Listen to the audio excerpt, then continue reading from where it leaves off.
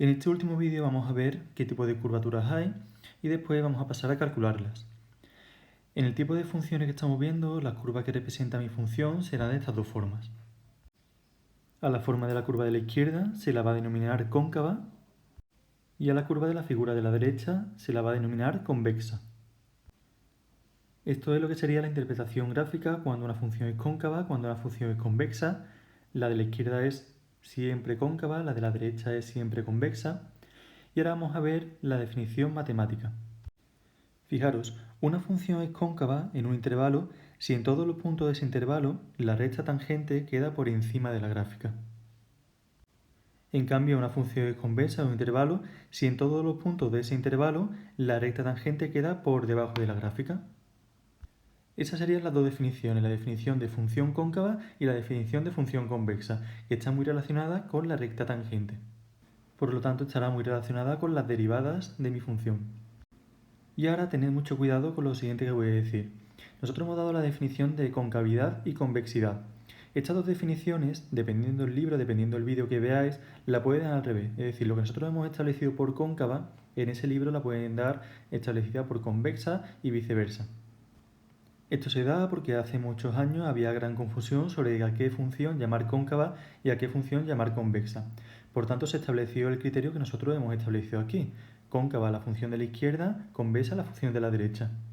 Es de la forma que os la van a pedir en selectividad y de la forma que al fin y al cabo se estableció el criterio para que todo el mundo fuera una.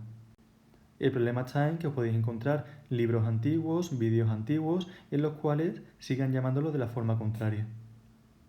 Pues bien, hemos dado la definición de cuando una función es cóncava. Fijaros, la función de la izquierda, la curvita que hace, es una curvita que se puede ver bastante claro, bueno, pues que la recta tangente estaría siempre por encima y la función de la derecha, la gráfica de la derecha, la recta tangente iría siempre por la parte de abajo.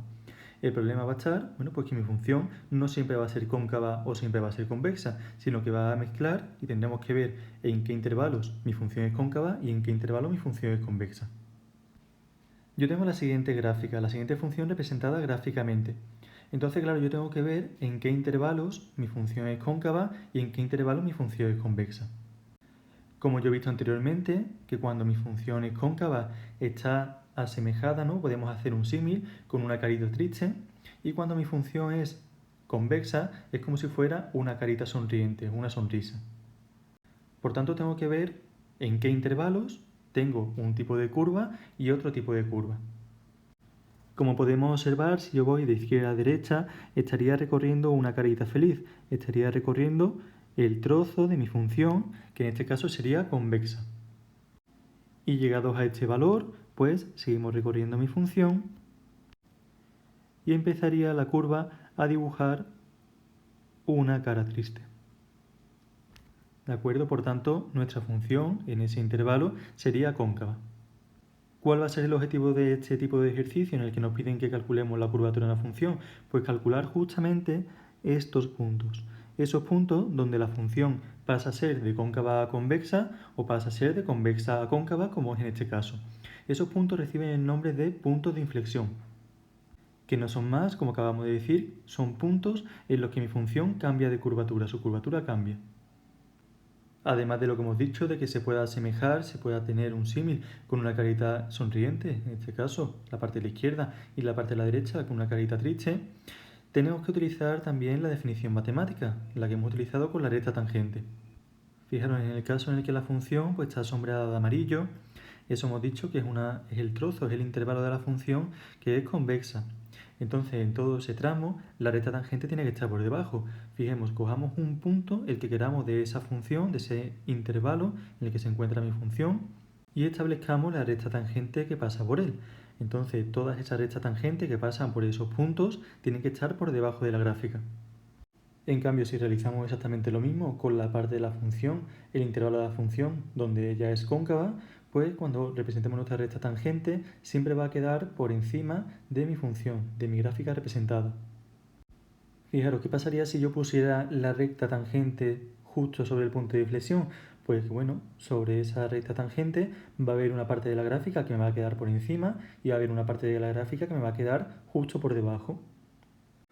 Entonces, como ya hemos dicho, Cuando nos den ahora nuestra función expresada en forma algebraica, nuestro objetivo va a ser el cálculo de esos puntos de inflexión, para saber dónde mi función cambia de curvatura. Entonces, fijaros, supongamos que tenemos la siguiente función, y igual a f de x. Y lo primero que tendríamos que haber hecho con ella es calcular el dominio. Imaginad que al calcular el dominio de esa función nos da todos los números reales menos a y b. Entonces, claro, dada la función, pues lo primero que hacemos es calcular el dominio, después puntos de corte, podemos estudiar el signo, podemos estudiar los extremos, el crecimiento, decrecimiento, ¿de acuerdo? Y calcularíamos todas las características que nos permitirían representar dicha función. Vamos a parar un momentito y recordar qué es lo que hacíamos cuando queríamos calcular los extremos. Es decir, vamos a recordar qué es lo que hacíamos cuando queríamos calcular los máximos y mínimos. Recuerdo, yo tenía mi función y de mi función calculaba la primera derivada. Con esa primera derivada, yo lo que hacía era igualarla a cero para calcular los posibles puntos de inflexión. E imaginad que cuando yo estoy resolviendo esa ecuación que me ha resultado, me da como solución C, D y E. Esos valores, valores de la X, son los valores donde se podían encontrar los posibles máximos o mínimos. Simplemente estamos recordando un poquito cómo calcular los extremos de una función. Siempre sin tener en cuenta las funciones a trozo las cuales nosotros no estamos viendo simplemente funciones racionales y funciones polinómicas. Y una vez que yo había calculado esos puntos críticos, esos posibles máximos o mínimos, yo tenía que comprobar si era un máximo, si era un mínimo o no era ninguno de ellos. Entonces yo lo que hacía era calcular la segunda derivada y en esa segunda derivada sustituía tanto el valor c, d y e.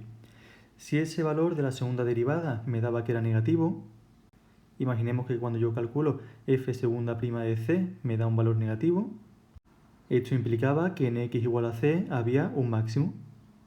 Si yo sustituía en este caso ahora la segunda derivada por d y me daba que era positivo, me daba que en x igual a d había un mínimo.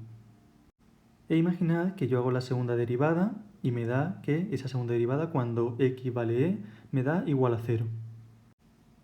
Y yo lo que decíamos, lo que aprendimos en el vídeo anterior cuando vimos lo de los extremos, es que en x igual a e pues no había ni un máximo ni un mínimo, sino que había un posible punto de inflexión. Esto para todas las funciones pues sería un poquito más complejo. La que nosotros vamos a ver nos serviría, pero en realidad habría que seguir viendo las siguientes derivadas, hasta que hallemos una que sea distinta de 0.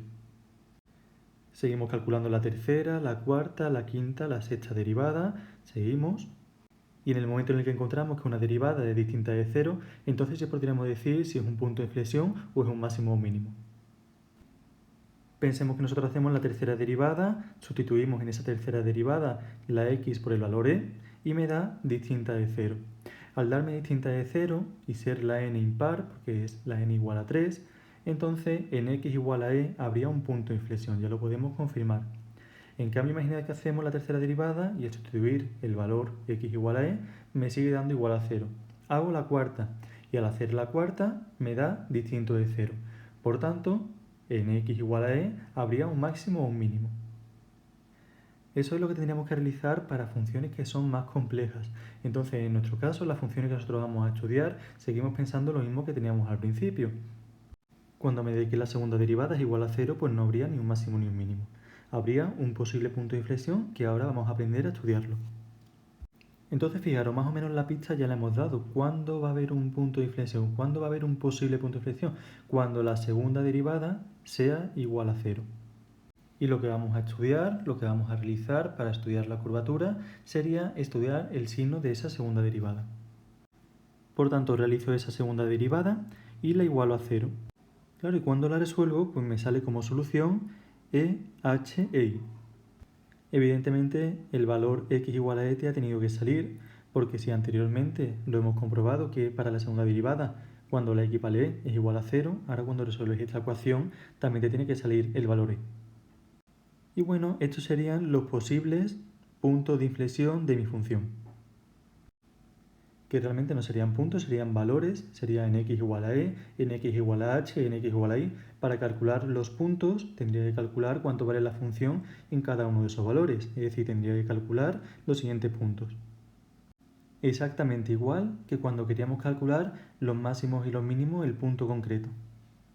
Y una vez que tenemos los posibles puntos de inflexión, pues vamos a estudiar el signo de mi segunda derivada. Y vamos a tener que si mi segunda derivada es negativa, es menor que 0, implica que mi función f de x es cóncava, es una carita triste. Y si mi segunda derivada, f segunda prima de x, es mayor que 0, mi función f de x sería convexa, sería una sonrisa. Por tanto, estudiamos el signo de mi segunda derivada en la recta real. La recta real que voy a marcar los valores que me ha dado que sean los posibles puntos de inflexión, el E, el H y el I, y también voy a marcar el A y el B, que son los que están fuera de nuestro dominio. Estos valores los puedo sacar tal cual los acabo de decir, o los podría sacar también al resolver mi inecuación. En el caso de la primera, f segunda prima de x menor que 0. En el caso de la segunda, f segunda prima de x mayor que 0. Coloco los valores en mi recta real, los he colocado de una forma aleatoria.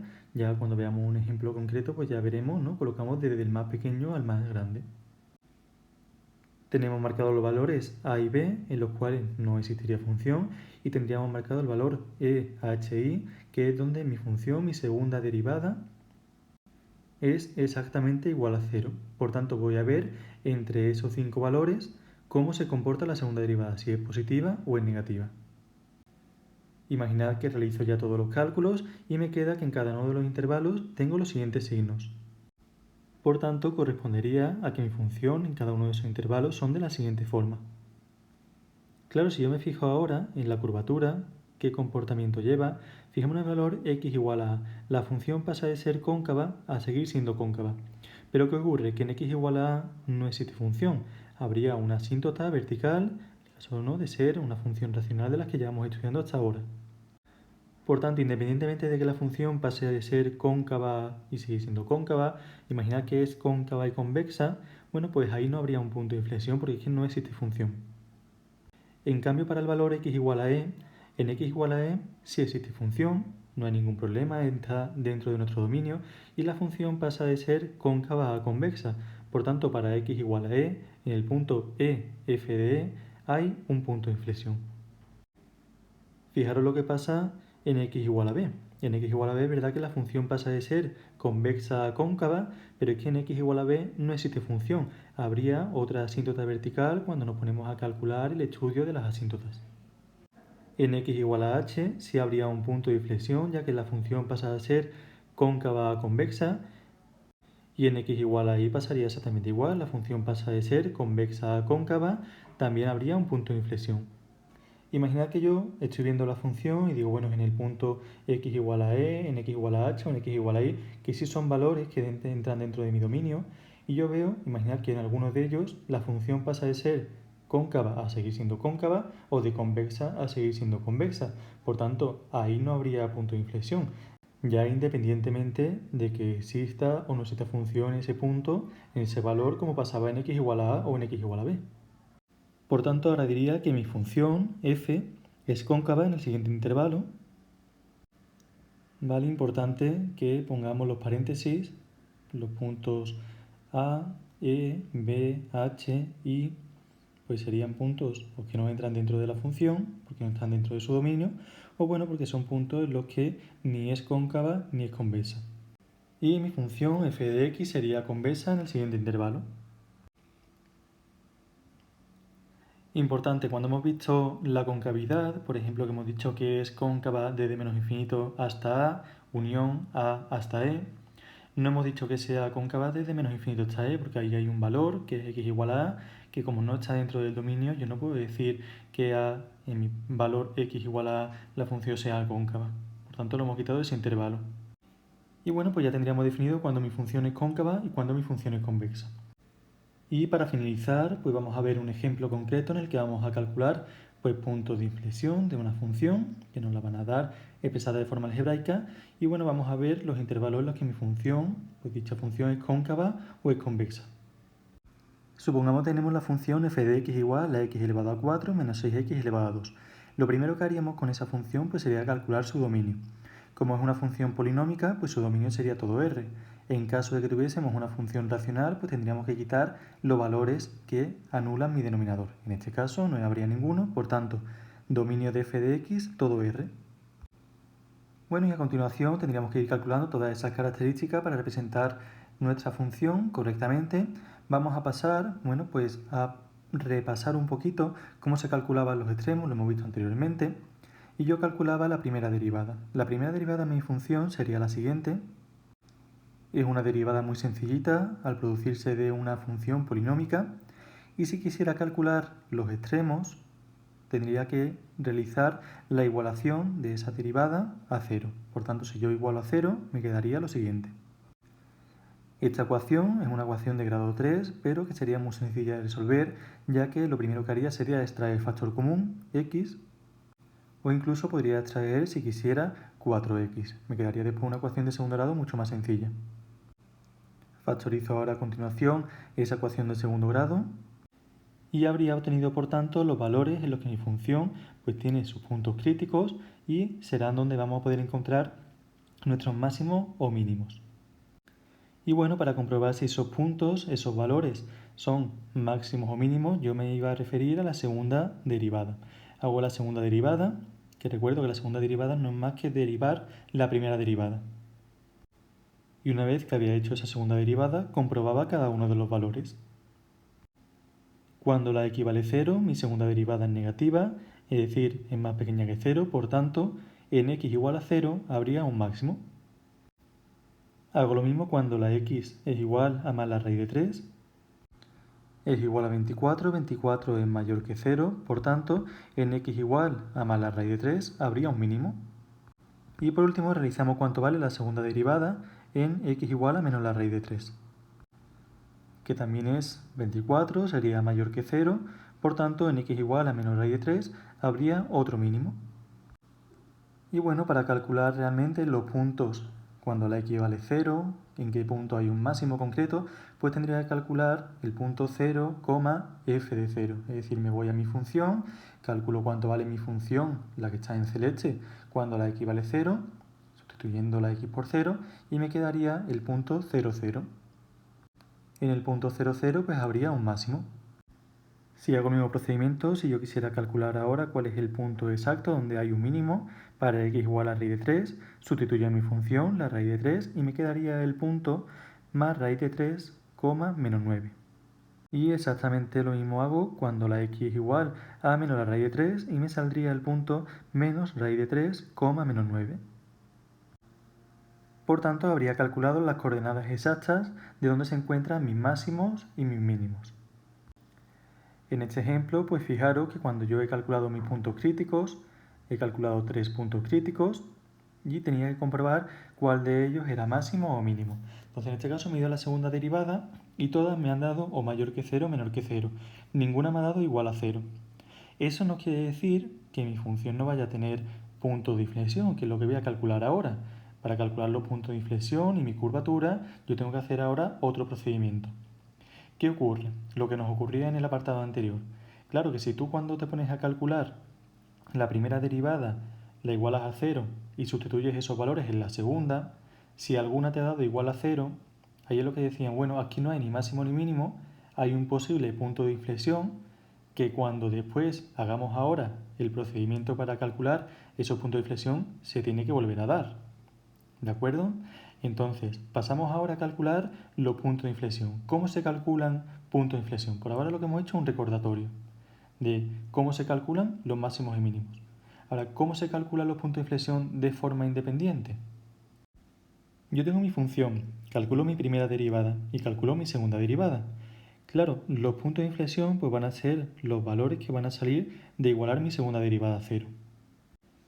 Resuelvo esa ecuación, que es una ecuación muy sencillita de segundo grado, y además es incompleta. Por tanto, x sub 1 igual a 1 y x sub 2 igual a menos 1, esos van a ser mis posibles puntos de inflexión.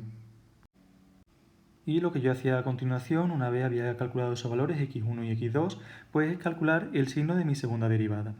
Para calcular el signo de mi segunda derivada, pues yo tendría que ver cuándo 12x al cuadrado menos 12 es mayor que 0 y cuándo 12x al cuadrado menos 12 es menor que 0. ¿Qué valores marco en esa recta real que yo he puesto ahí? Pues fijaros, tengo dos opciones de verlo, igual que cuando veíamos el signo de una función, igual que cuando veíamos el signo de la función derivada para estudiar el crecimiento. puedo marcar los valores, bueno, pues que yo vea claramente que hacen que mi inecuación, la parte izquierda de mi inecuación, sea 0. Otra opción, pues eso, igual. Yo voy y digo, ¿qué valores marco? Pues voy a marcar los que quito de mi dominio, los valores de x que quito de mi dominio. En este caso, como es una función polinómica, no estoy quitando ningún valor. Por tanto, del dominio no voy a marcar ninguno. Y a continuación voy a marcar los que hacen 0 mi segunda derivada, es decir, los posibles puntos de inflexión. En este caso, el 1 y el menos 1. Y a continuación, pues estudio el signo a la izquierda del menos 1, entre el menos 1 y el 1, y a la derecha del 1. Y lo vamos a hacer directamente en mi función, sin factorizarla ni nada, no haría falta. Si queremos factorizarla, podríamos ponerlo como 12 por x más 1 por x menos 1 y ver el signo de cada uno de los factores y después multiplicar esos signos. Pero no haría falta, ya tengo marcados mis valores en mi recta real, vamos a verlo directamente. ¿Cómo es mi segunda derivada cuando la x vale, por ejemplo, menos 10, que está a la izquierda de menos 1? Pues cogemos y decimos 12 por menos 10 al cuadrado. Menos 10 al cuadrado es 100 positivo. Base negativa elevada a exponente par, el resultado positivo. ¿De acuerdo? Entonces, menos 10 al cuadrado 100, 100 por 12, 1200. Y 1200 menos 12, pues bueno, será lo que sea, pero lo que me interesa es que es positivo. Vamos a verlo ahora entre menos 1 y 1. Vamos a coger, por ejemplo, el valor x igual a 0, que siempre que podamos coger este valor es un valor muy sencillito de sustituir. Entonces yo digo 12 por 0 al cuadrado menos 12, 0 al cuadrado es 0, 12 por 0 es 0, y 0 menos 12, sea lo que sea, ¿no? Bueno, es menos 12, pero sería negativo. Y a continuación hacemos exactamente lo mismo a la derecha del 1. Voy a coger un valor a la derecha, voy a coger en este caso el 10. El 10 que me va a dar el mismo resultado que cuando voy a sustituir el menos 10. Porque fijaros dónde estoy sustituyendo. Estoy sustituyendo en un x al cuadrado. Por tanto, si no me doy cuenta de esto, no pasa nada. Yo digo 12 por 10 al cuadrado. 10 al cuadrado es 100. 12 por 10 es 1200. Y 1200 menos 12, pues es exactamente igual que antes. No me importa, lo que sé que va a ser positivo. Y ahora, ¿qué me dice el signo de mi segunda derivada?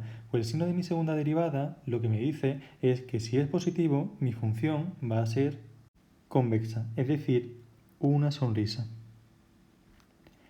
Cuando es negativo entre el menos 1 y el 1, pues voy a tener que mi función es, y en este último intervalo, desde el 1 hacia la derecha, pues igual que en el primero, mi función sería convexa.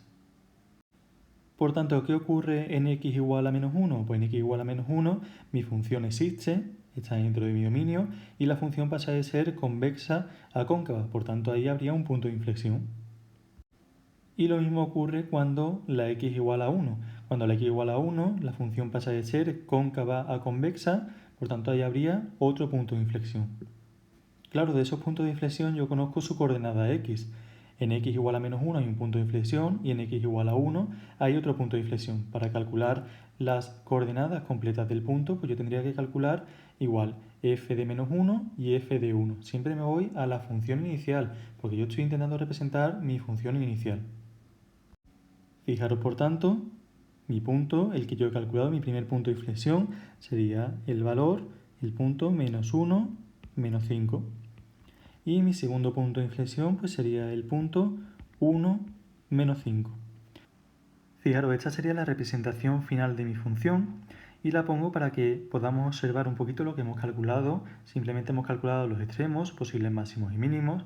Pues vimos que había un máximo relativo en el punto 0, 0. Vemos que la función pasa de crecer a decrecer, es un punto que es el más elevado en todo su entorno. También habría dos mínimos, que serían el más raíz de 3 menos 9 y el menos raíz de 3 menos 9. Son puntos que en su entorno pues son los más bajitos, son los que pasan, pues en este caso, la función de decrecer a crecer y se cumpliría la condición de mínimo relativo. Y por otra parte, pues tenemos que observar, estos quizás se aprecian menos porque la función está muy simplificada, ¿no? Podríamos ampliar un poquito la escala y lo podríamos ver quizá más claro. Los puntos donde pasa la curvatura de cóncava a convexa o de convexa a cóncava. En este caso era el punto menos 1, menos 5 y el punto 1, 5. El punto menos 1, menos 5 pues es un punto donde mi función pasa de ser convexa a cóncava y el punto 1 menos 5 pues sería donde pasa mi función de ser cóncava a convexa.